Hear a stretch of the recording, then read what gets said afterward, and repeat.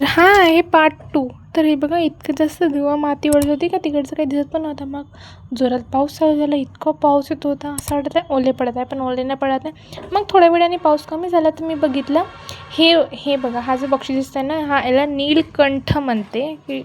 तर हा पक्षी ना खूप कमी असते. मग मला सांड दिसला, जो मस्त माती रेतीमध्ये खेळत होता. खूपच त्याला छान वाटत होतं, बघा किती छान खेळत आहे तो.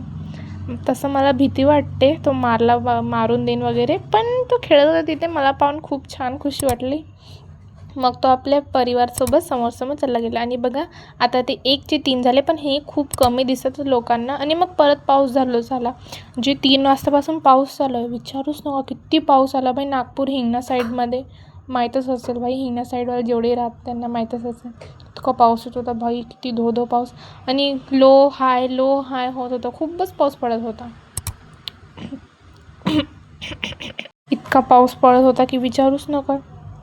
पाऊस आला खूप वेळपर्यंत, आणि मग थोडा मौसम शांत झाला, पण तरी पाऊस येतच होता. पार्ट 3 जाऊन